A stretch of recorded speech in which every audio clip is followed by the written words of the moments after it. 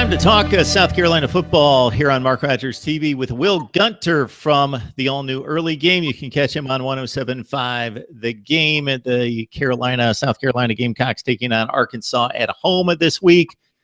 Will, how's it going? It's going good. Calendar's turning into October, so we're getting ready for a fun month. Got a little Major League Baseball playoffs, some NFL, college football, so it's a fun time in the sports world. Yeah, Thursday night, I was trying to take it all in at the same time. You had Louisville, NC State, one of the better Thursday night matchups you're going to see. Major League Baseball playoffs, a couple games in the American League, and then the NFL game all going on at the same time. Kind of tough for me to keep track. But, of course, my focus is right here with a little college football. So let's go with South Carolina, Texas A&M. This game kind of played out the way we talked about it last week. I don't want to say the blowout, but the significant margin that the odds makers had it out to be. South Carolina definitely in the game, but couldn't protect the quarterback, especially there in the fourth quarter. Gave up 7 sacks, 4 of those in the fourth quarter against the Aggies, and that kind of proved to be the undoing of the Gamecocks. Yeah, it was. We talked about that a lot on the radio program this week, just in terms of finishing the month of September at 3-2.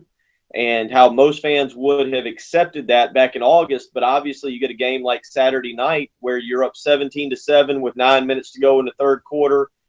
You're getting the ball back. You have all the momentum in the world, and you're not able to hold on to it. Texas A&M scores 17 unanswered. And like you said, in the fourth quarter, South Carolina, in the fourth quarter alone, gives up 4 sacks and is not able to move the football and take advantage of some opportunities. And a game that, quite frankly, a lot of fans feel like they should have won. They let get away, and so it makes this weekend's game against Arkansas that much bigger.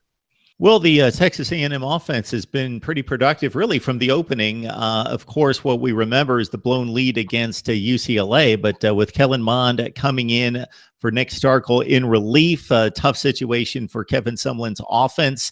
They weren't able to adjust in that game, and of course, Josh Rosen brings back the Bruins, and there was writing on the wall all over the place for Kevin Sumlin, or so a lot of Aggie fans hoped, but they've rebounded well with 4 consecutive wins, including the victory against South Carolina. So just looking at considering that the Texas A&M offense was pretty much on a roll heading into the game, you got to feel that the South Carolina defense was pretty stout in that effort Saturday night. They've been the South Carolina defense has played well all season, and you're right, they hold Texas A&M to 396 yards. A lot of that coming in the fourth quarter, and simply because they wore down. The stat that jumped out at me this week when looking through the SEC statistical rankings is that South Carolina this season's defense, their defense, has allowed 378 plays total.